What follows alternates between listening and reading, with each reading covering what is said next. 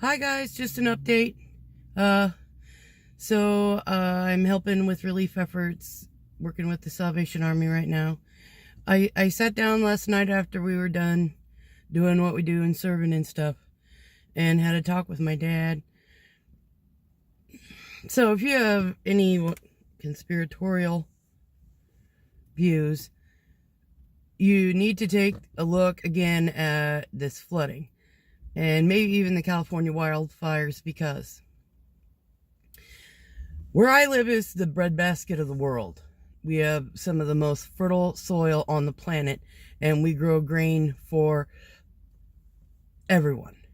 And between the fields that aren't going to get planted this year because of the flooding and the amount of cattle that have been destroyed, there could be famine because of this. Okay, I understand that this is just a little area in Podunk, Nebraska, but it has global reach. And people aren't paying as great attention as maybe they should be. There are people that are doing relief efforts, and it's amazing, but it's not going to touch just what those combines and tractors cost, and being under floodwater and ruining them.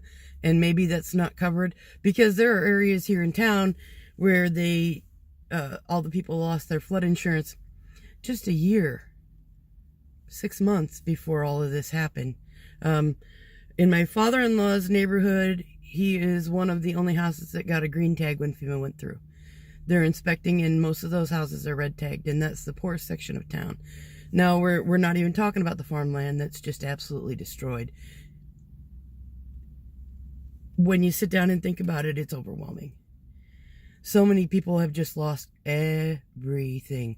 And I know it's not just here, because when I was in Georgia doing relief work, I ate one morning at a truck stop, and the farmers were talking about, somebody lost so many acres of pine, so that's not wood to build. But there was chicken farmers who lost all of their chickens, like millions and millions of chickens.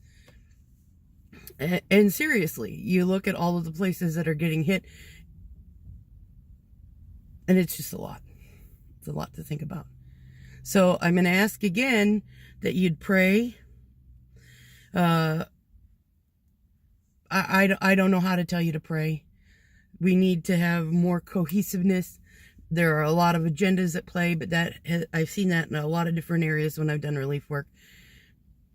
And just the love of Christ, and to know that we're here to glorify Him and not ourselves, but just for protection and for us to be able to share the love of Jesus to those that have lost everything. And it's tremendous. There's no place that they're going to be able to house some of these people after the kids were at spring break.